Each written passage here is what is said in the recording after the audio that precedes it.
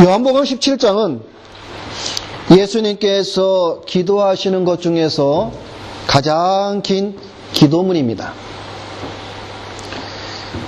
그래서 사람들은 이 요한복음 17장을 가리켜서 대제사장의 기도문이라고 말하기도 합니다.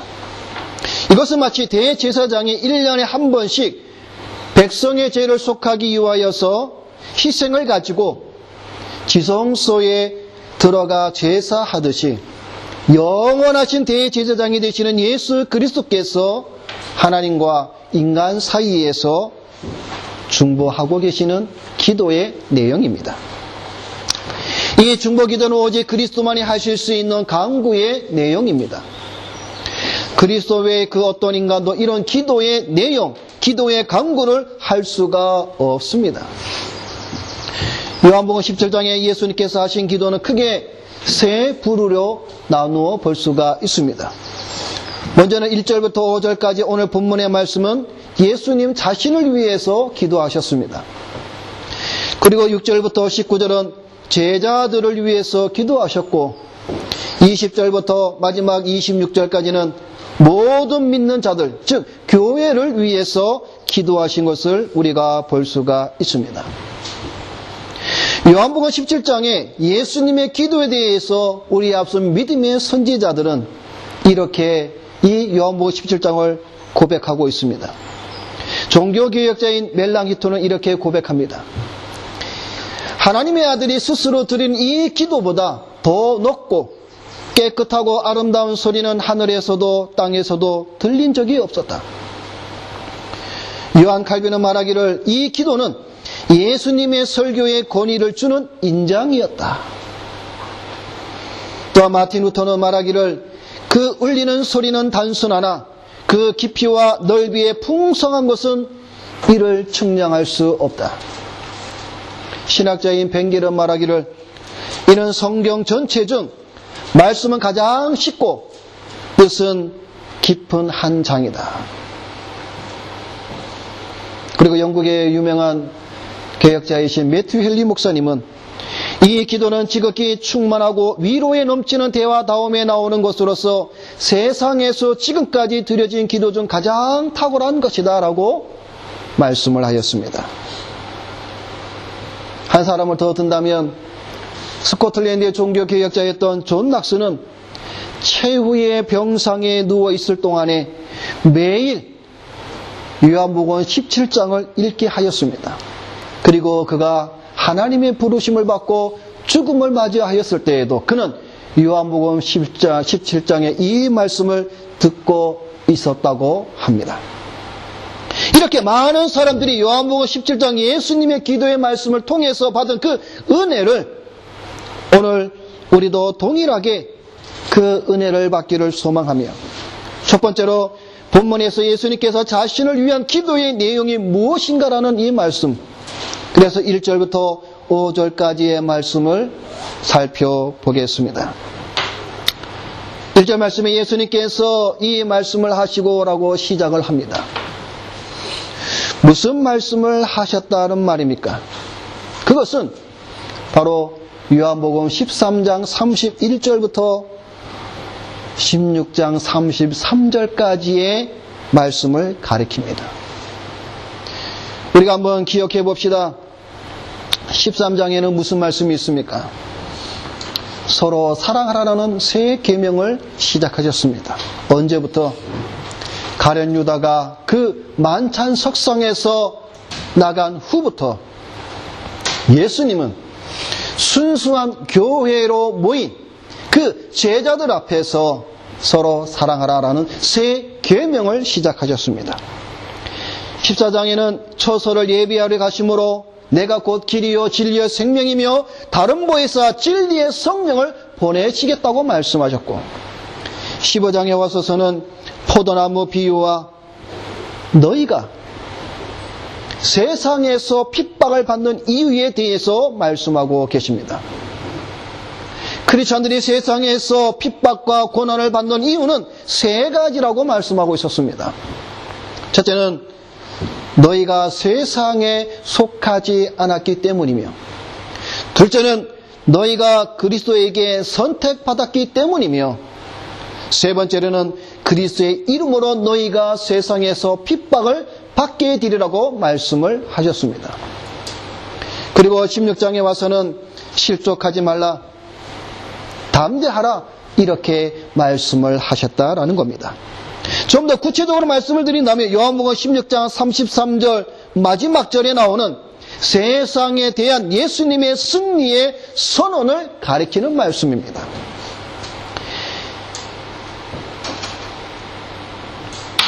이것을 너희에게 이름은 너희로 내 안에서 평안을 누리게 하려 함이라. 세상에서는 너희가 환난을 당하나 담대하라, 내가 세상을 이기었노라 하시니라는 이 말씀을 하시고 눈을 들어 하늘을 우러러 보시며 기도하신 것이 바로 오늘 1절의 말씀입니다. 예수님은 자신을 위해서 무엇을 기도했는가는 크게 두 가지의 내용으로 말씀을 해주고 있습니다. 첫째는 예수님은 하나님을 영화롭게 하기 위하여 자기 자신이 영화롭게 될 것을 기도하셨습니다. 1절 말씀이 이렇게 기록되어 있습니다. 아들을 영화롭게 하사 아들로 아버지를 영화롭게 하옵소서. 여러분, 이 말씀을 좀 더 여러분이 이해하기 쉽게 현대인의 성경에서 번역한 것을 보면 이렇게 기록이 되어져 있습니다. 예수님은 이 말씀을 하시고 하늘을 우러러 보시며 이렇게 기도하셨다. 아버지, 때가 왔습니다. 아들이 아버지께 영광을 돌릴 수 있도록 이 아들을 영광스럽게 하소서라고 번역하였습니다. 예수님이 자신의 영광을 구하신 목적이 기록되어 있습니다. 그것이 무엇입니까? 바로 아버지께 영광을 돌리기 위함이라는 것입니다. 그래서 예수님께서는 처음에 자신을 위하여 기도할 때에 아들을 영화롭게 하사 아들로 아버지를 영화롭게 하옵소서라고 기도를 시작하신 것입니다. 여러분, 성경에 나오는 단어 가운데에 참으로 어렵고 이해하기 힘든 단어가 하나 있습니다. 그것이 무엇이냐면 바로 영광이라는 단어입니다. 많은 학자들이 이 영광이라는 이 단어에 대해서 여러 가지로 많이 설명하라고 풀이를 하지만 온전하게 그 영광에 대해서 설명을 잘 못하고 있습니다. 그게 오늘 우리의 모습입니다. 그럼에도 불구하고 영광이라는 이 단어에 대해서 성경이 무엇을 말씀해주고 있는가를 우리가 먼저 살펴볼 이유가 있습니다. 성경에서 영광이라고 번역한 이 헬라어는 독사입니다. 이 독사라는 말은 무슨 뜻이냐면 바로 무겁다라는 뜻입니다. 영광이 무겁다라는 겁니다. 또 하나는 가치가 있다라는 뜻입니다. 그래서 이 영광이라는 이 헬라의 단어의 본뜻을 보게 되면 무겁고 가치 있다라는 뜻이 영광이라는 단어입니다. 성경에서 영광이라는 이 말이 하나님에 대해 사용되는 것은 주로 하나님의 존재나 성품이 사람의 눈에 볼 수 있도록 나타나는 현상을 가리킬 때에 사용되어져 왔습니다. 무슨 말인고 하면은 하나님을 가리켜서 우리가 하나님에 대해서 말을 할 때에 하나님을 가볍게 또는 소홀히 대해서는 안 된다라는 사실입니다. 왜냐하면 하나님은 가장 높으신 창조주 하나님이기 때문입니다. 그러므로 성도들은 하나님을 무겁게, 즉 존귀하게, 가치 있게, 명예롭게 그에 대한 태도를 갖추어야 한다는 사실입니다. 하나님은 마땅히 찬양을 받으시며 지존하신 분입니다. 그러므로 성도들은 하나님의 이름에 합당한 무게, 하나님의 이름에 합당한 가치, 존귀함으로 영화롭게 하나님께 영광을 돌려드려야 한다라고 성경은 우리에게 가르쳐주고 있다는 사실입니다. 오늘 1절 말씀에 아들을 영화롭게 하사 아들로 아버지를 영화롭게 하옵소서라는 이 말씀은 여러분 주기도문의 서두에 나오는 기도의 해석이라고도 말을 하기도 합니다. 여러분, 주기도문의 서두에 무엇이 나오고 있습니까? 하늘에 계신 우리 아버지, 이름이 거룩히 여김을 받으시오며, 거룩히 여김을 받으시오며라는 이 말씀은, 이 기도는 영광을 받으시오며라는 말과 같은 뜻입니다. 하나님의 이름이 영광 받으시기를 바라는 기도는 또한 십계명과 연관이 되어져 있습니다. 특히 십계명의 1계명부터 4계명까지 이것을 설명하고 있습니다. 여러분, 1계명 기억해 봅시다. 다른 신을 섬기지 말라. 하나님의 이름을 다른 신에게 돌리지 말라라는 것입니다. 영광을 받으시는 하나님의 이름을 다른 신에게 돌리지 말라라는 것입니다. 2계명은 우상을 만들지 말라는 것이죠. 이것은 하나님의 이름이 영광 받으시는 이 영광을 하나님 외에 다른 우상 그 어떤 것에게도 돌리지 말라라는 것입니다. 세 번째 계명이 무엇입니까? 하나님의 이름을 망령되이 일컫지 말라라는 것이죠. 하나님의 이름은 영화로우시며 영광을 받으시는 존귀한 이름입니다. 그러므로 영광의 이 이름을 가볍게 소홀히 여기지 말라라는 것입니다. 네 번째 계명이 무엇입니까? 안식일을 기억하여 거룩히 지키라는 것입니다.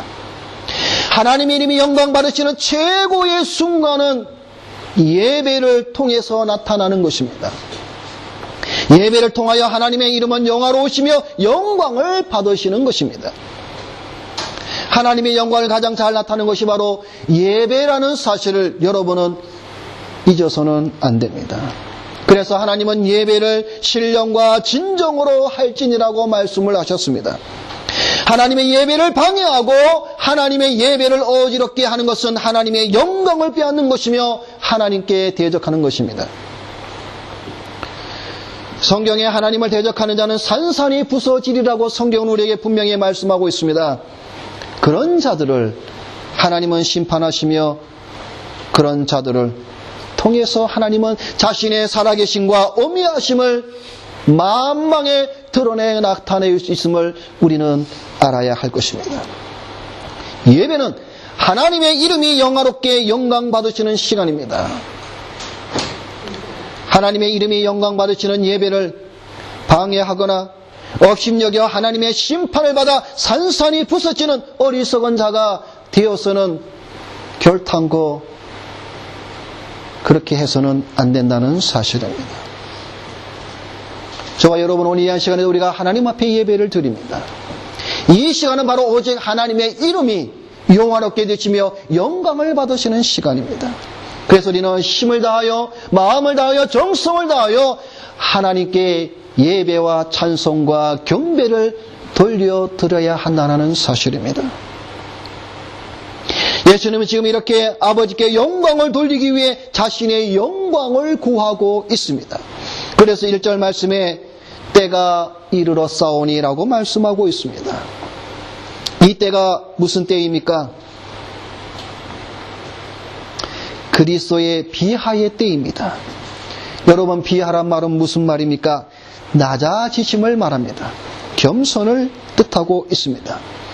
그리스도께서 낮아지심은 무엇이 있었습니까? 하늘의 영광과 모든 보좌를 버리시고 이 땅에 내려오신 그 낮아지심은 성육신과 고난과 죽음과 장사 진행과 운부의 내려가심에 이러한 것을 말씀해 주고 있습니다. 이것은 다른 말로 말하면 사탄이 예수님의 발꿈치를 무는 때입니다. 창세기 3장 15절에 말씀하신 것처럼 그가 여인의 후손에 발꿈치를 무는 때입니다. 다시 말해서 십자가의 죽음을 말하고 있는 것입니다. 더 나아가 그리스도의 승기의 때임을 말씀해 주고 있습니다. 승기는 높아지심, 영광을 말씀하고 있는 것입니다. 부활하시며 승천하시며 하나님의 보호자 우편에 앉으심과 끝으로 재림하여 심판을 가리키고 있습니다. 이러한 때가 이르렀다라는 것입니다.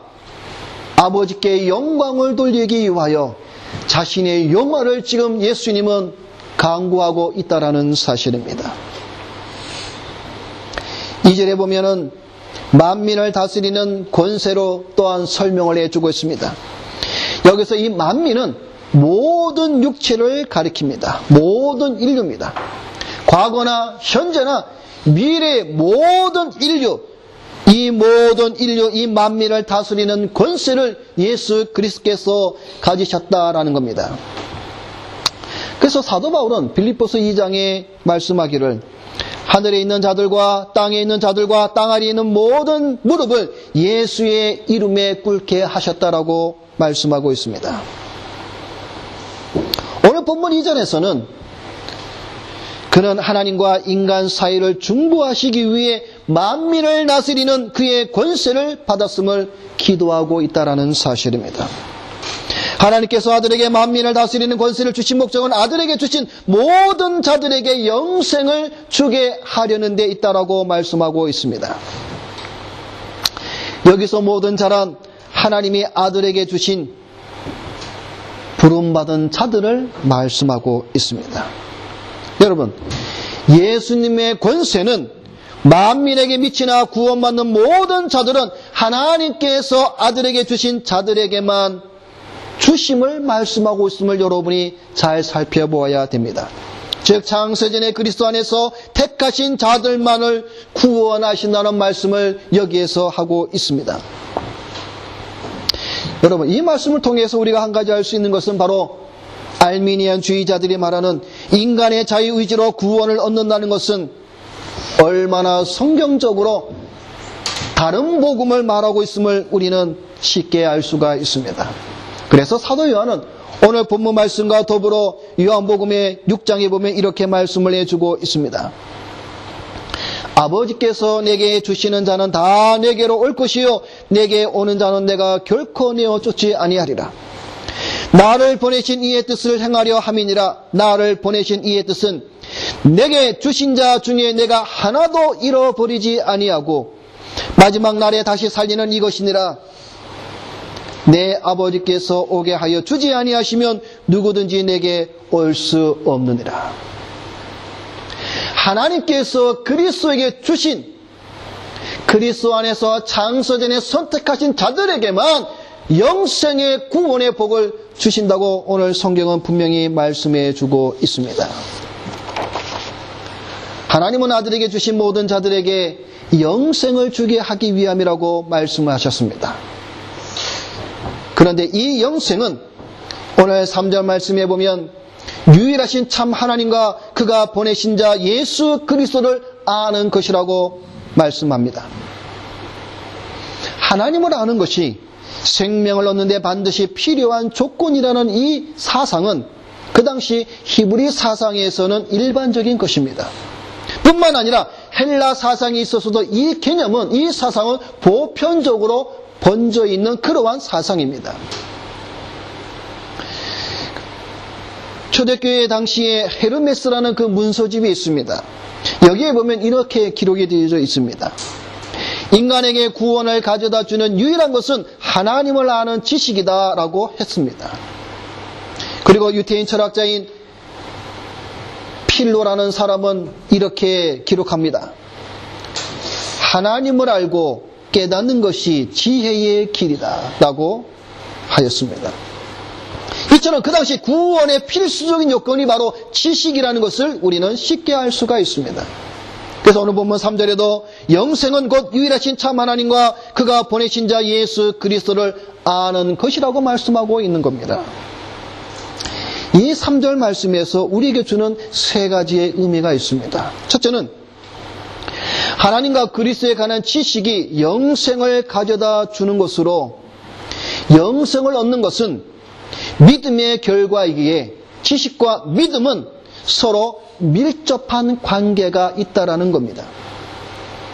믿음과 지식은 동시적인 것이 되어야 한다는 것을 가르쳐주고 있습니다.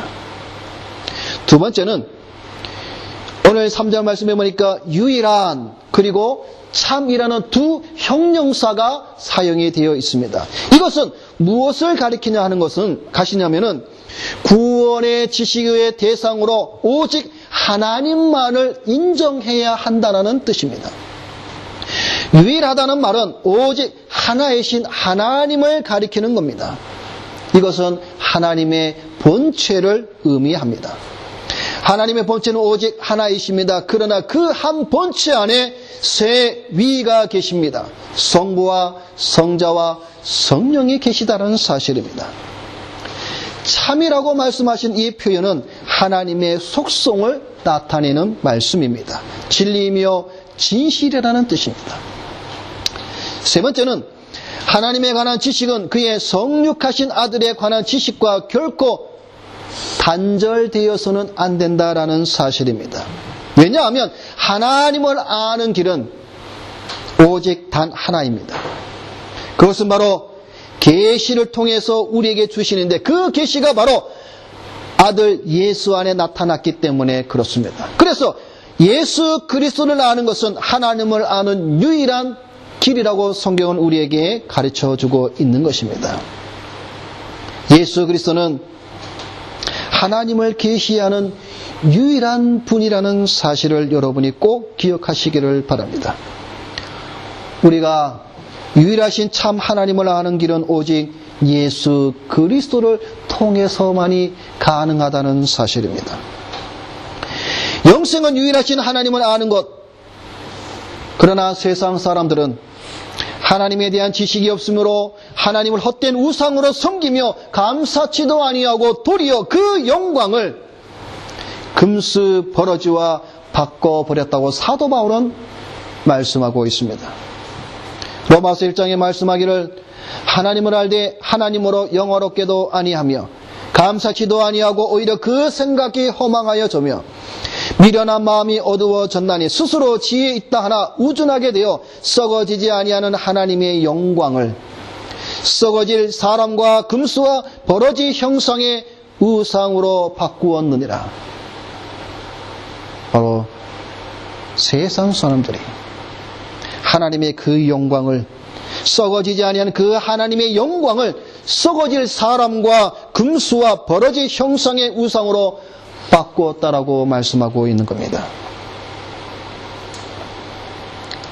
하나님은 우리가 하나님을 아는 참된 지식을 가지기를 원하고 있습니다. 그래서 호세아는 이렇게 말합니다. 나는 인애를 원하고 제사를 원치 아니하며 번제보다 하나님을 아는 것을 원하노라. 호세아 선지자는 말씀하기를 번제, 제사보다 하나님을 아는 것을 더 원한다라고 말씀하고 있습니다. 왜 그렇습니까? 호세아 시대의 이스라엘 백성들은 하나님을 아는 지식을 버렸습니다. 그래서 이스라엘 백성은 망하였다라는 사실이죠.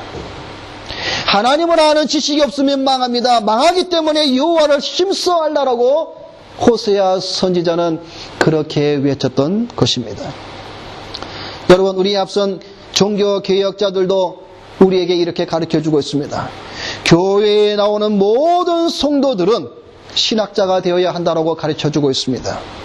이 말은 성도들이 신학자가 되어서 목사가 되라는 말이 결코 아닙니다. 성경이 무엇을 말씀하고 있는지를 분명히 알라라는 것이죠. 말씀을 전하는 자들이 바로 전하고 있는지 잘못 전하고 있는지 성도들이 분별해야 할 수 있는 능력을 가지라는 말씀입니다.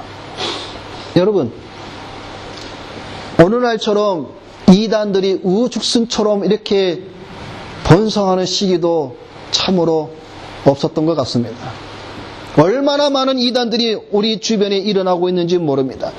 여러분, 이단에 빠진 자들이 왜 그 이단의 소굴에 멸망의 구름통에 빠집니까? 답은 하나입니다.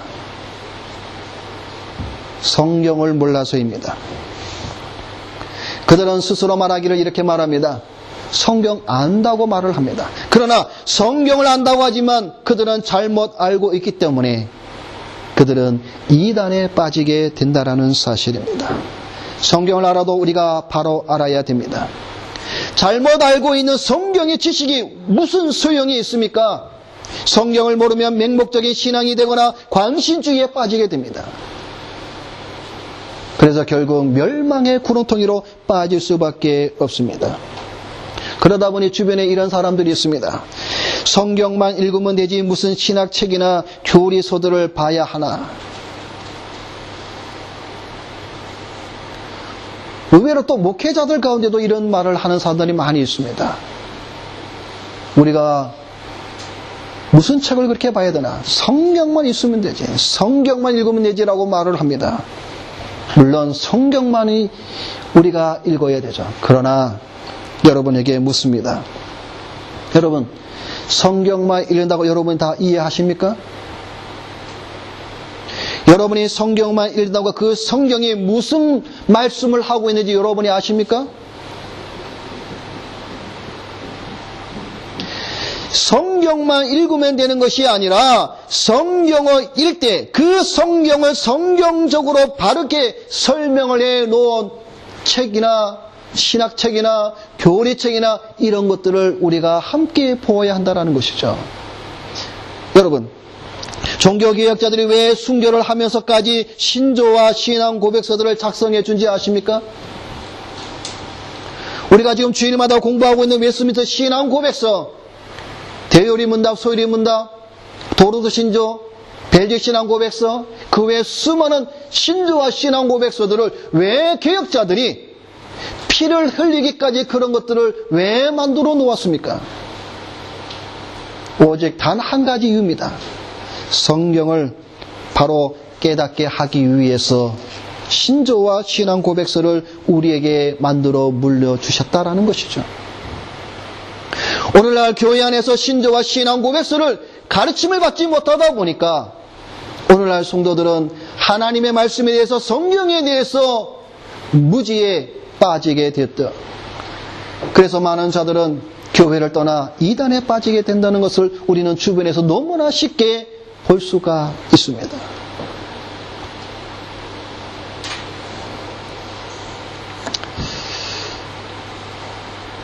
두 번째로 예수님께서 오늘 자신을 위해서 무엇을 기도해 주셨는가? 5절 말씀에 보면 아버지여 창세전에 내가 아버지와 함께 가졌던 영화로서 지금도 아버지와 함께 나를 영화롭게 하옵소서. 예수님께서 두 번째로 기도하신 것은 자신을 영화롭게 해 주실 것을 간구하셨습니다. 예수님은 십자가로 인한 최종적 영광을 간구하십니다. 그리고 그가 간구하는 이 영광이 성육신하기 이전에 자신이 아버지와 함께 누렸고 가졌던 그 영광을 지금 예수님은 간구하고 있다는 사실입니다. 예수님이 이렇게 간구하시는 그 이유에 당연하면 4절에 그 이유가 있습니다. 4절의 말씀에 보면은 아버지께서 내게 하라고 주신 일을 내가 이루어 아버지를 이 세상에서 영화롭게 하였습니다라고 기도하고 있습니다. 아버지께서 내게 하라고 주신 일, 하나님께서 그 아들 예수께서 하라고 하신 그 일, 그것이 무엇입니까? 그것은 예수께서 지상 생애 동안 예수님께서 행하신 모든 교훈과 사역을 말씀하고 있는 겁니다. 예수님은 순종하심으로 모든 일을 다 행하셨습니다. 하나님의 뜻을 행하신 일에 단 한 번도 노라고 하신 적이 없으십니다. 예수님은 그의 삶뿐만 아니라 죽음으로 아버지의 일을 이루심으로 하나님을 영광스럽게 하셨다고 말씀하고 있습니다. 그리고 여러분, 예수님께서 십자가에 달렸을 때에 맨 마지막으로 하신 말씀이 무엇입니까? 다 이루었다라고 말씀하신 것입니다. 이 마지막 말씀을 하시고 죽으심으로써 하나님을 이 세상에서 영화롭게 하셨다라는 것입니다. 이 영화를 위해 예수 그리스도께서는 그 앞에 있는 즐거움을 위하여 십자가를 참으사 부끄러움을 개의치 아니하셨습니다. 그 영광을 위해서 죽음의 그 십자가와 그것을 짐에 대해서 부끄러움을 개의치 아니하셨다라는 사실입니다. 창세전에 아버지와 함께 가졌던 그 영화. 여러분, 이 5절의 말씀에는 아주 중요한 말씀이 또 하나 있습니다. 그것은 바로 그리스도의 선제에 관한 말씀입니다. 지난주에 말씀을 드렸기에 더 이상 말씀을 드리지는 않겠습니다. 그리스도의 선제, 이 5절의 말씀은 요한복음 1장 1절부터 5절까지의 말씀과 더불어 그리스도께서 하나님과 함께 하신 이 말씀이 너무나 중요함을 여러분이 분명히 아시기를 바랍니다. 그리스도의 선제하심은 기독론의 핵심입니다. 예수 그리스도께서 선제하셨다는 것은 육신을 입고 이 땅에 오시기 전에 이미 계셨던 영원하신 분, 즉 하나님이라는 사실을 우리에게 말씀해 주고 있습니다. 말씀을 맺습니다. 예수님이 자신의 영화와 영광을 강구한 이유는 바로 아버지께의 영화를 돌리기 위함이라고 하였습니다.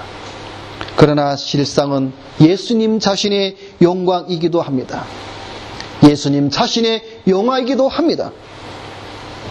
예수님은 자신을 위한 기도를 아버지께 드렸습니다. 한마디로 말하면 영광입니다. 이것을 위해 그리스도께서는 비화하셨고 이것을 위해 그리스도께서는 승계하셨습니다. 예수님은 하나님이심을 믿으며 고백하며 이 기도를 통한 예수님의 기도의 의미를 여러분이 오늘 요한복음 17장에 있는 예수님의 이 기도의 문을 통하여서 여러분이 분명히 아셔서 예수 그리스도가 하나님이시며 그의 신성됨과 그분이 영화와 영광을 받으시기에 합당한 분이심을 깨달아 하시는 여러분이 되시기를 주님의 이름으로 부탁을 드립니다. 기도하겠습니다.